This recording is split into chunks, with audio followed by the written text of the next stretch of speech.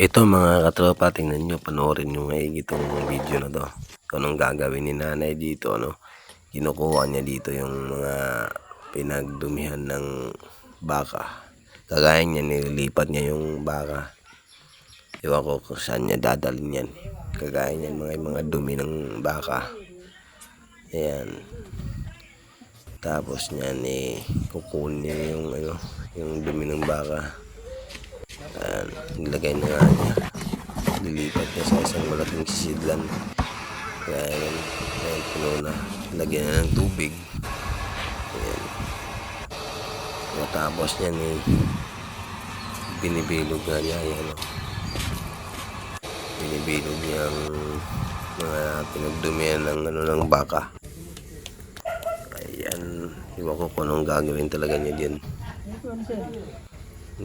Kung bakit na nagagawa niya, kakainin siguro nila yan. Tae ng baka. Ay, binilad sa araw. Ay, ganun, binibilad nila yan. Ayun, umitim na nga yung iba. Tumigas na ata yan. Tumigas na nga. Ayan. Tapos, ano naman gagawin niya? Kinuha tapos, ang lalagay. Ano gagawin niya lang ulo? Kaya, ano kaya to? Abubakang tawag sa amin yan.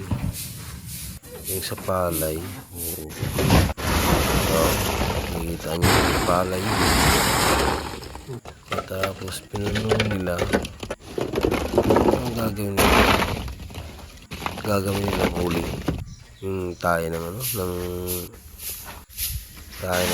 baka. Tingnan natin anong gagawin talaga nila dyan. Abubuhang nga yan yung sa palay nga yan, tapos nilagyan sila po sinindihan, sigana sila. Yan. Tapos parang gagawa nga sila ng uling. Gagawin uling nila. Tapos na, uling ata. Tingnan natin kung uling nga. Ay, naging ganun. Parang naging uling nga, naging puti. Yan, kinukuha nga nila, Ayun, tumigas. Tumigas na nga. Kinukuha pa nga. Tapos nililipat na nga ang gagawin yan. Dinurog. Ginawang abo. Ay, ano kaya yan? சுத்தமான நாட்டு மாடு தண்ணீரை தயாரிச்சு எடுத்தாச்சு. சுத்தமான தண்ணீர் வேணும்னா கீழே ஒரு நம்பர் இருக்கு, அதுக்கு கேட்டு